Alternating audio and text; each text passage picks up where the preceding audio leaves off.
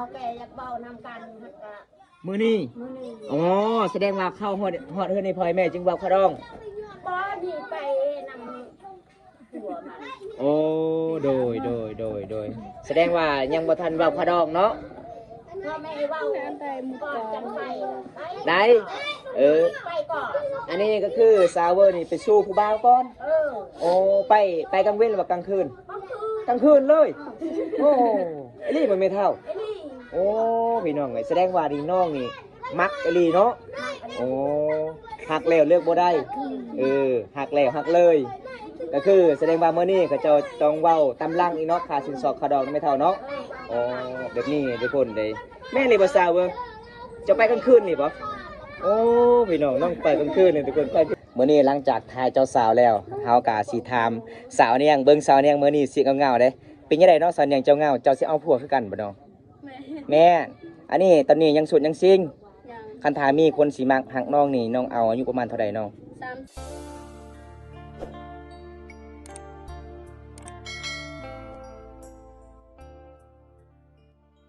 นี่ทุกคน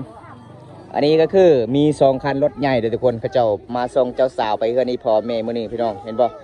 เพราะว่าทั้งสาวมาบางเขาเจ้ายังรอถ่าจุดนี้ก่อนเลยเพราะว่ายังรอถ่าเฒ่าแก่มอซื้อในหมู่บ้านคูณ4เขาเจ้ายังบ่ทันได้มาหับเถื่อทุกคนปกติเฮาต้องเว้าค่าสินสอดจุดนี้ก่อนหลังจากนั้นเฮาจึงเข้าได้พี่น้องประเพณีบ้านเฮาเด้อทุกคน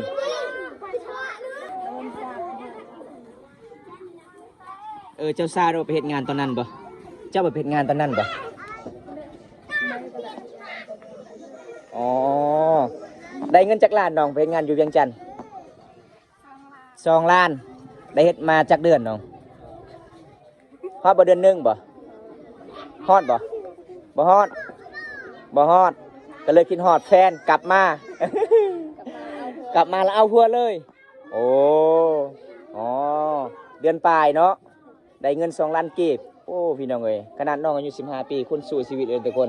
เพิ่นไปเฮ็ดงานอยู่เวียงจันทน์บ่โอ้ฮอนนครหลวงเวียงจันทน์ขนาดบ่ตาบ่เคยมาจักเถือนครหลวงเลยทุกคนสาวสุขกับบ่ฮู้จักบ่ฮู้เลยบ่ฮู้แต่เมืองนองแล้วก็บ้านตะกอ ส่วนสาวยังค่อยลืมเลยเจ้าสาวนี่สาวเอาเบอร์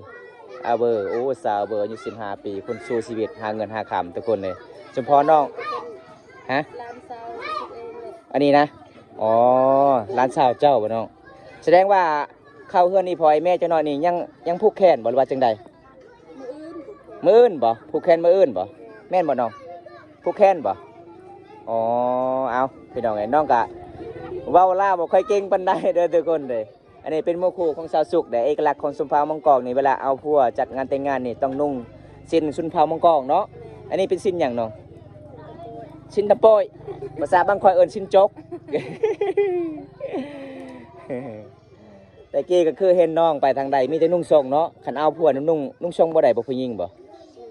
อ๋อเขาบ่ให้นุ่งคันนุ่งทรงนี่แสดงว่าเขาเว้าว่ามักผู้บ่าวใหม่อีกโอ้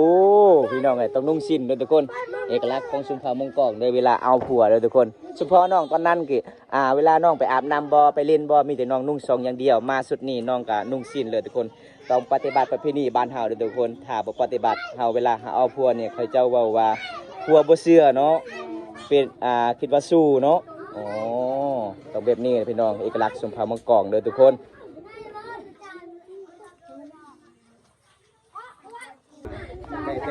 แต่งงานมื้อนี้แหละเนาะอันนี้ก็คือสาวเบอร์เด้อทุกคน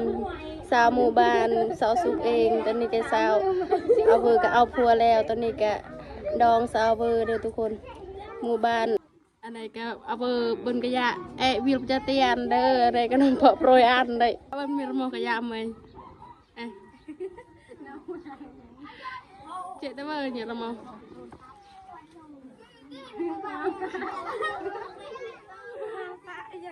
สิก็ใช่ก็มาแล้วน่ะสิใช่ยังครบลูกหม้อทุกคนคบกันเป็นปีแล้วก็เอาเลยลูกหม้อละเอ็ดเลยฮะทุกคนกระดองยังบ่ฮู้เนาะยังโอเครวมกันจะน้อยแน่ก็เข้าเรือนอยากไหมเปิดดิเพราะนี่คือว่าเจ้าสาวเจ้าบ่าวยังบ่เห็นทุกคนเจ้าไปกำลังไปจะเตียนบ่ไปตำรวจเลยรอเลยทำไปบันดงโอ้ สาวบ้านเป็นล่วงคนงามโดยทุกคนอันนี้คือสาวบ้านคนสี่แสดงว่าน้องมื้อนี้ก็มาร่วมงานแต่งงานคือกันบ่น้องโอ้สาวบ้านเป็นล่วงมีคนที่จุดงามโดยคนมีที่คนงามแบบธรรมชาติอันนี้ก็ผู้สาวบ่ทางนี้บ่อยู่ผู้เดียวโอ้มีทั่วโอ้สุพอเงาทุกคนเพิ่นนั่งอยู่บนไดพี่น้องเพิ่นเงาบ่มีทั่วยังโสดยังซิ่งเนาะโอ้ยังโสดยังซิ่งเด้อทุกคนในบ้านของน้องนี่ผู้สาวหลายบ่เนี่ยหลายในบ้านน้องก็ไอ้เด็กเขาแต่เขาคันเตะนะฮู้บ่พี่น้องคือสาวตาบ้านคนสี่เอง เอาทุกคนตอนนี้สาวๆก็เอาเสื้อ อ๋อเป็นอย่างนี้สาบิน เจ้าอายันนี่เลยละคือเจ้าอายันนี่ โจทย์ไหน มอบให้เนาะ โจทย์ไหนตามรีดให้นะโจทย์ตามรีดไอ้คุณซุกไปส่งเจ้าสาวยืนสุดก่อน เอาทุกคนตอนนี้เจ้าสาวก็สิเปลี่ยนชุดก่อนเด้อเพิ่มให้บ้างไปบ่อ๋อเตคืออันนี้ก็เจ้าสาวเอาวือเอาพัวบ้านนะดะเตียนเด้อทุกคนตอนนี้เจ้าสาวก็สิเปลี่ยนชุดก่อนเด้อวิธีเสื้อบดบ้านเฮาก็ต้องเป็นแบบนี้แหละต้องเปลี่ยนชุดเจ้าใส่เส้นมุกเด้อทุกคนแล้วก็เสื้อไนเดอร์อะไรกะกะยะต้องสับอยอสนินในได้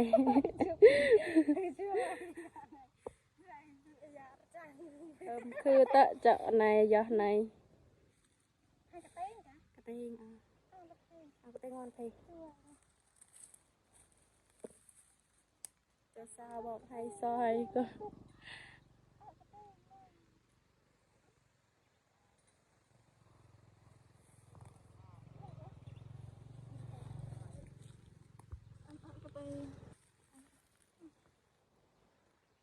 นั่งอ่ะเปิดผลิตดงไป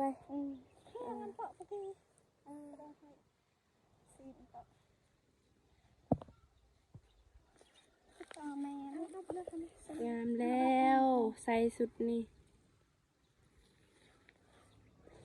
ไปตอนนี้ก็แต่งตัวเรียบร้อยได้เจ้าสาวแต่งตัวก็งามเลยทุกคนงามแล้ว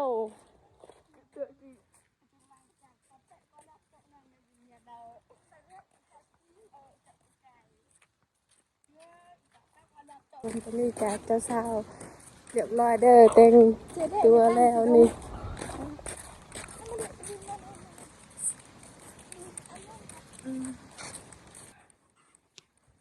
เป็นสูตรสำเร็จเลยเด้อทุกคนสูตรอันนี้เป็นสูตรซุมเผามงกองอะไรเลยทุกคนเวลาก่อนสิเผาเพื่อนอีพออีแม่ต้องนุ่ง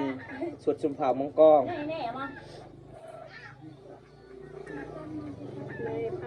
เอานั่งก่อนเนาะเพราะว่าเดินทางมาไกลเลยมันเมื่อยหลายเด้อ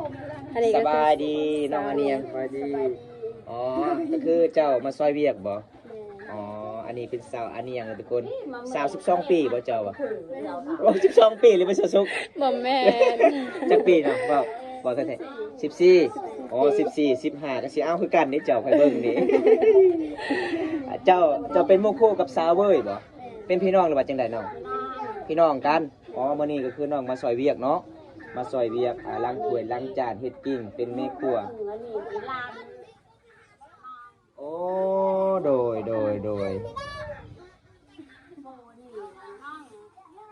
เอาพี่น้องอีแม่เพิ่นว่าเป็นพี่น้องกันต้องซอยกันเวลาเอาการเวลาจัดงานแต่งงานต้องซอยกันพี่น้องเฮาน้องซอยเวียกนี่ประมาณจักมื้อแล้วน้อง4 มื้อแล้วอ๋อแสดงว่า4 มื้อนี่บ่ได้นอนเลยเนาะมีแต่เฮ็ดเวียกไปเก็บใบตองเฮ็ดข้าวต้มข้าวต้มแม่นบ่น้องตักน้ำโอ้แสดงว่าคุณสู้ชีวิตทุกคนน้องสาวอันนี้5 พื้นนี่บ่แม่นเท่า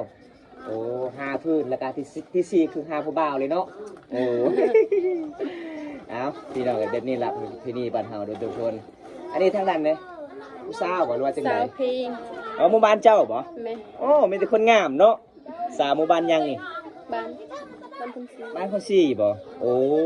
สาวบางคนสี่มีแต่คนงาม สาว14 15 16เอาเลือกผู้ใดเจ๊กับเจ็บ15 ปีไปแล้วเดี๋ยวทุกคนยังเหลือ14กับ16ยังเด้อ แบบนี้พี่น้องประเพณีบ้านเฮาได้เห็นบ่อันนี้คือชาวบ้านเห็นเจ้าสาวมาเฮือนอีพ่ออีแม่เขาเจ้าต้องแนมเบิ่งเลยทุกคนเลยคิดฮอดหลายก็เลยเขาเจ้าก็มาเยี่ยมมายามพี่น้องแบบนี้ประเพณีบ้านเฮาเลยทุกคนบ่ฮู้บ่ยังบ่ฮู้เลยเนาะอ๋อน้องก็ยังบ่ฮู้ทุกคนเลยข้อยเลยคิดว่า เราเท่าแก่อยากเบานำกันก็ มื้อนี้ มื้อนี้ อ๋อ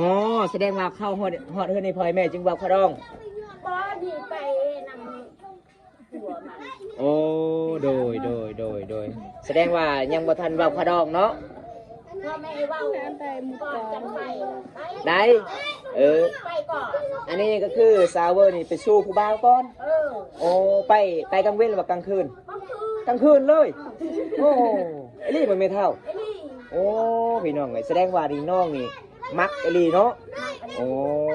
หักแล้วเลือกบ่ได้หักแล้วหักเลย ก็คือแสดงว่าเมื่อนี้เขาจะต้องเว้าตำลังอีเนาะค่าสินสอดค่าดอกไม่เท่าเนาะอ๋อแบบนี้ทุกคนเลยแม่เลยบ่ซาวเวอร์จะไปกลางคืนนี่บ่โอ้พี่น้องน้องไปกลางคืนเลยทุกคนไปคือว่าไม่เท่าคือตัวแม่นความจริงเลยทุกคนแบบนี้เลยพี่น้องชีวิตเฮาเวลามักฮักกันนี่กลางคืนก็ต้องไปสู่ผู้บ่าวไปรักไอ้พ่อเลยบ่ ไปรักพ่อแม่ โอ้พ่อแม่บ่ฮู้เลย พูดเลย โอ้สมพรตอนนั้นนี่พ่อแม่เพิ่นถามเฮาเนาะ แม่ เห็นบ่สาวเบอร์ข่อยว่าพูดไปช่วยหน้าบ่จักว่าสาวเบอร์ไปทางลัดแล้ว สาวเบอร์ขึ้นมาเจ้าไปช่วยหน้าเลยได้บ่จักบ่เจ้าไปแต่กลางคืนพี่น้องแบบนี้แหละพี่น้องประเพณีบ้านเฮาพี่น้องเอาเมื่อกลางคืนได้เด้อทุกคนเอาจะได้เฮาก็สิได้ถ่ายแบบพระเจ้ากับตอนสิเข้าเฮือนอีพ่ออีแม่เลยทุกคนเด้ตอนนี้สาวเบอร์ก็ยังรอทาเฒ่าแก่มอซื้อเว้าค่าสินสอดก่อนหรือว่าเว้าตามประเพณีที่12ของ14ชุมพรมังกรเลยทุกคนไปถ้าผู้ใดยังโสดก็มาหาอายะเพิ่นได้พี่น้องเอ้ย เพิ่นว่าอายุตัวเองบ่ฮู้แต่กินข้าวเนาะ ตอนสงครามคือเกิด โอ้สมัยแต่สงครามแม่นเท่า บางสงครามด้วยกูก่อนปล่อย โอ้ทุกคนเลยสมัยแต่สงคราม บางมันจะลุมยุบ แสดงว่าฮอด คือในก้อนถึงกลัว 50 ปีเลยเนาะ50ปลายปีเนาะ คือตระดับ โอ้เอาพี่น้องอันนี้ก็คือเป็นสาวสมัยแต่สงครามถ้าพอได้มักเพิ่นกาจีบได้เด้อทุกคนมีเบอร์บ่เบอร์โทรเจ้ามีบ่ เบิร์ใช้เบิร์เป็นงัวไก่จาน โอ้เพิ่นว่าคันมีเบอร์นี่ต้องมีเป็นนัวกินเพิ่นว่าพี่น้องเอ้ยโอ้ยสงสารน้องละสงสารแม่เฒ่าเวลาเด้อทุกคนเด้เอาพี่น้องขอบใจเด้อแม่เฒ่าเด้อ ขอบใจ เอามื้อหน้าคอยสิติดต่อให้เจ้าผู้บ่าวเด้อได้เนาะ ได้ โดยบ๊ายบายแน่บ๊ายบายแม่เฒ่าโสดนี่ประมาณจักปีเลยแม่เฒ่าจะโสดนี่6 ปีแล้ว6 ปีนี่บ่มีไผเอาเลย โอ้ยังโสดยังชิงเลยเนาะโอ้โสดมาหลายปีแล้วเนาะแม่เฒ่าเนาะ ลายไปอยู่คนเดียวอยู่ผู้เดียวอีก อยู่คนเดียวเข่าอย่าเป็นกับบุหมี่ให้ชวนกับบุ บ่มีลูกได้บ่มี ลูกเอาพัวแล้วมันลองเทินตา โอ้ลูกเอาผัวแล้ว ลูกชายเด้ อันยังอ่ะลูกหญิงคนนึงลูกชาย5 โดย ยังแต่ลูกร้อยอยู่นำ โอ้โดยแสดงว่าผัวของไอ้แม่นี่เสียเลยบ่เสียแต่โดนเลยเนาะโอ้พี่น้องเห็นแล้วก็สงสารหลายทุกคนเลยจังได้ก็ขอให้สุขภาพแข็งแรงเด้อแม่เฒ่าเด้อโดยเอาขอบใจละลายเอาทุกคนมื้อนี้หลังจากทายเจ้าสาวแล้วเฮากะสิถามสาวเนียงเบิ่งสาวเนียงมื้อนี้สิเงาๆเด้เป็นจังไดเนาะสาวเนียงเจ้าเงาเจ้าสิเอาผัวคือกันบ่น้องแม่อันนี้ตอนนี้ยังโสดยังซิงคันถามีคนสิมักหักน้องนี่น้องเอาอายุประมาณเท่าใดน้อง30ขึ้นไปบ่เฝ้าแท้บ่น้องโอ้แสดงว่าน้องบ่ได้ตัวเนาะคันถามีคนมักหักไปเลยตอนนี้อายุ14 ปียังเหลือ4 ปีจึงเอาผัวได้เนาะให้มันฮอด18 ปีเด้อจึงเอาผัวเด้อน้องเด้อ